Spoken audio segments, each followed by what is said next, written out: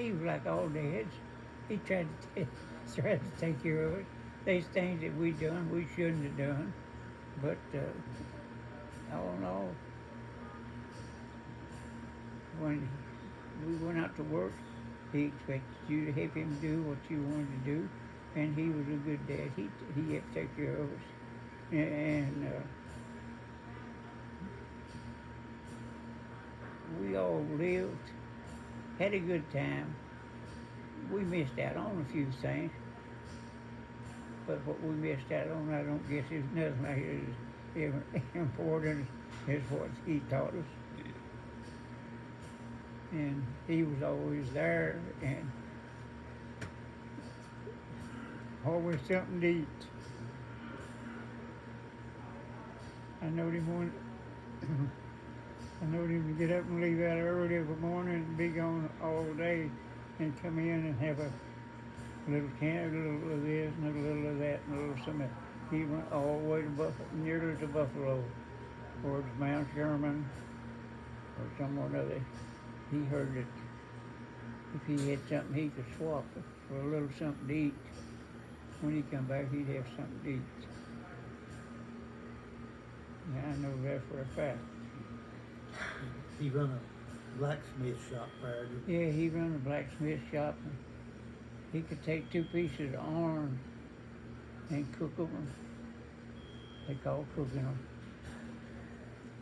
And he'd work them, and he had some kind of powder. I can't even remember what the name of it was. But he laid them 2 pieces of iron down and sprinkled that powder on them and laid this other piece down, and he started notching it. Hot. He'd get so cold and he'd warm it again. He'd notch it, and when he got done, he'd flatten it out, and he'd make a wagon tire big enough to fit on a wagon wheel. And you'd think it come from a factory. And when he got it done, he'd coil it around like he wanted it, and get it put, and then he'd put it together, what they called it, a weld, and he'd beat that place out flat, and then when he'd go put it on that wooden, he'd get it all ready where it would not go on. He'd heat the whole thing till it'd be warm, hot, just turn it. When he got it hot enough, he'd lay it on and hammer it down on it. And when he got it hammered down on it, he'd cut some holes in it and put the pins in it, clinch them. The same thing he'd do that. He put the horseshoes on, and he done all that, and they didn't come off. They stayed on it. And he taught me how to do that. I learned it all and did a little of all of it, but I never did learn the secret of taking 2 pieces of iron and that sulfur, whatever it was some kind of sulfur powder. 2 pieces as red as that right there, and you make a loose wheel out of it, and you could roll down the road. It didn't wobble. It rolled.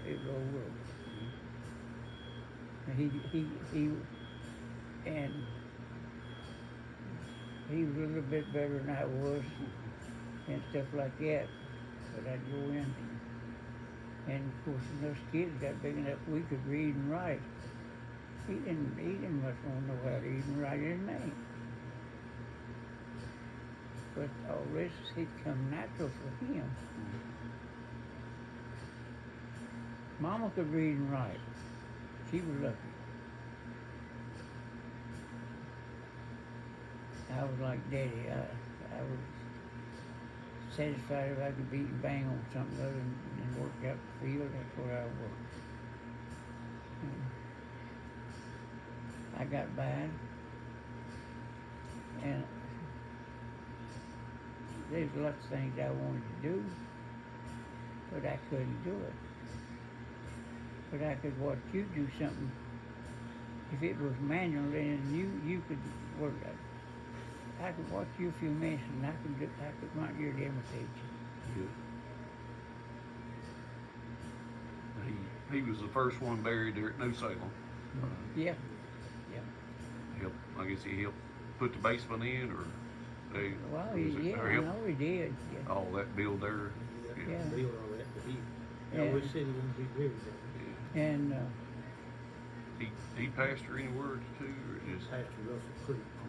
and Granddaddy, he was the last one that was buried over in the Hickson outfit. And Daddy, he didn't want to bury him over there. But some of the family did, and Daddy didn't put up no argument with him. He said, well, you got to put someone up. But, well,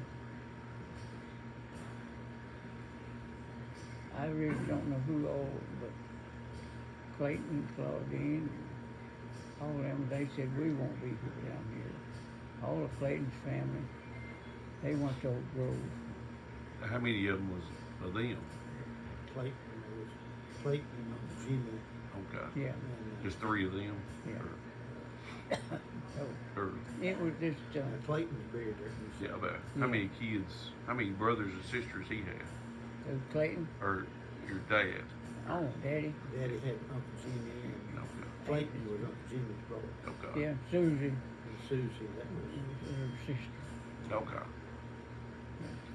And she left out as quick as she could get her stuff in a little bean sack. She left out, went to Happyville, and joined the gangsters over there.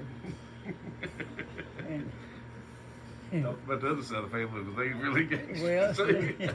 no, you didn't let me. No. Well, this is the funny part. He would go to Lowell, Uncle Arthur. He got an old trap truck, and he'd go to Lowell and get a load of fertilizer, or a load of stuff, and he'd come back to Happyville.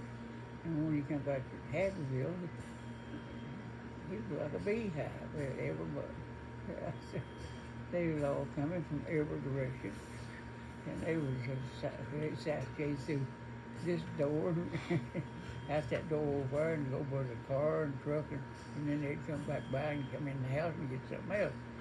But every one of them that was able to walk, they come through, they got them a half a pint. And that was the side that Daddy didn't take after that side. But they got along. Uncle Arthur loaned Daddy the money to buy the old farm down there. Right, that's what I was going to ask next. Y'all tell that one on that. Yeah, he told, and he told Daddy, he said, Clarence, you want that farm? Yeah.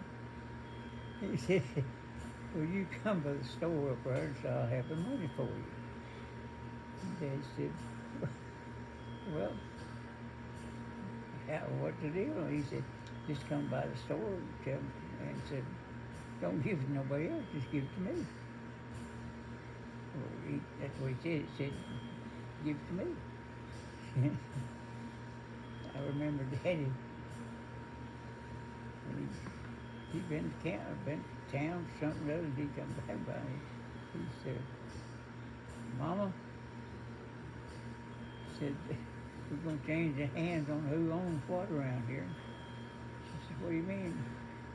He said, I'll be back in a little while. And he went and hunted up Doc Jones, or Arlene Jones is his name. He went and hunted him up, and he come back, and he said, it's ours now. He said, we may not keep it long, but it's ours. Was they living over there at all, or just bought it? They bought it before they moved over. Yeah. They bought it about the time I bought it. Yeah. We lived up there at the old spring house, Yeah. the old home house. And Arlene, he had the money, and he knew Daddy was looking for a place he wanted to go. And he had it in $100 bills. They went to the bathroom down there at the courthouse in the men's bathroom, and he stood there and I watched him count them, and he was counting them off one at a time. $4,000. Yeah. In the bathroom at the courthouse. Yeah. The men's bathroom Yeah. was pulled out. And when he got it all folded up, he put the rubber band out and he had a few gloves, he stuck them in his pocket, and Daddy took it, and he walked out, and he went uptown to the lawyer's office and walked in and gave him $4,000. Told him, he said, y'all take care of it from here on out.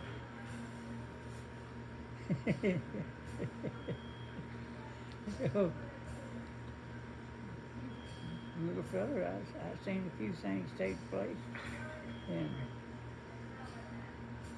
then Auburn come along, that old farmer car. It was, they had shuffling it around, and it was, I walked up, they rolled up out there in the yard, and he asked me, he said, where's your daddy at? And I said, well, he's around here somewhere. And I said, we'll find him, we need to talk to him. So I hung him up. Anyways, they visited a little bit, and this guy said that somewhere or another around it, they brought up the money situation, and Daddy said, well, I'd love to have it, but said, I ain't got the money. The guy said, do you want it real bad? And Dad said, yeah, I'd love to have it. He said, well, it'll be ready in the morning. He wrote a check, and they took it to the bank. And then when he come down to the nitty-gritty, I told him what me and Dorothy was up to, and the guy told me, he said, meet me at the bank in the morning. And I said, what for? And he said, you want that farm? And I said, yeah. He said, meet me at the bank. And I walked in the bank. He picked up the paper and wrote across a piece of paper and handed it to me, and I handed him $60,000. Paid it off. Yeah. And me and Dorothy went scratching then. That's when you bought the place up Beverly. Yeah. And we paid for it in 2 years short of what we were supposed to have paid for it. Yeah.